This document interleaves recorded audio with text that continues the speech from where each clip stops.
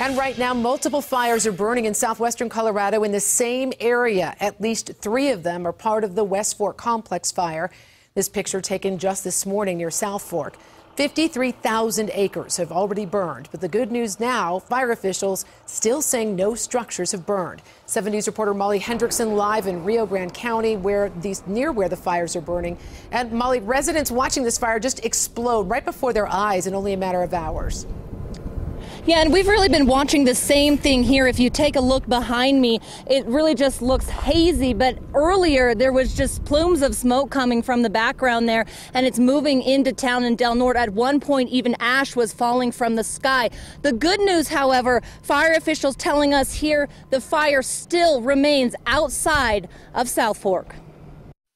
Pictures snapped by fleeing residents show how quickly the fire went from this to this in just 2 hours as it made a 12,000-acre run. The fire pretty much made a turn. It would not burn in the aspen, and that's a lot of what's over by South Fork. Its speed has been unprecedented. The good news, it slowed overnight. The hero in this fire, aspen trees and rocky terrain. Guarding that town with their life. South Fork remains a ghost town. Firefighters from all over the state standing guard, waiting for just one ember to come over that ridge. I'm just glad they're keeping it that way.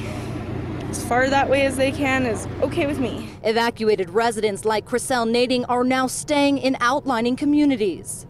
About 2 in the afternoon when I could start seeing ash falling on my deck and stuff, and I decided to get on out. Others seeking refuge at the Red Cross shelter.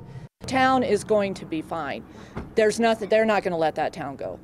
They will not, they won't. For them, it's a game of sitting bull, waiting and watching, putting all their faith in the people who came to save their small town.